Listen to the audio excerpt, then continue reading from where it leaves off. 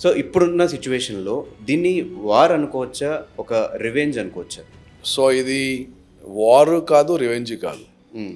Firstly ఎందుకంటే so ఇప్పుడు మీరు యుద్ధము అని దీన్ని తీసుకుంటే 20th సెంచరీలో ఎలాగైతే యుద్ధాలు జరిగాయో వరల్డ్ వార్ 1 తీసుకోండి, వరల్డ్ వార్ 2 తీసుకోండి, even 1971 war, Indo Pak war తీసుకున్నా కూడా ఆ రోజుల్లో యుద్ధం చేసే విధానం వేరు, ప్రత్యర్థిని పడగొట్టే విధానం వేరు.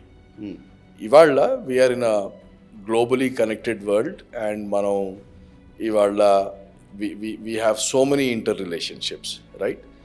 సో ఫిజికల్గా యుద్ధం చేసి ప్రత్యర్థిని పడగొట్టాలి అన్న సిద్ధాంతం ఇప్పుడు పనికిరాదు.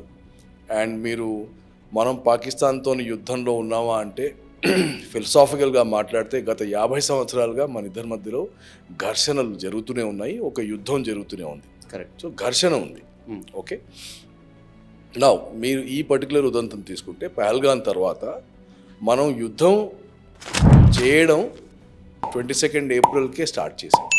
కాకపోతే దాని రూపురేఖలు వేరు.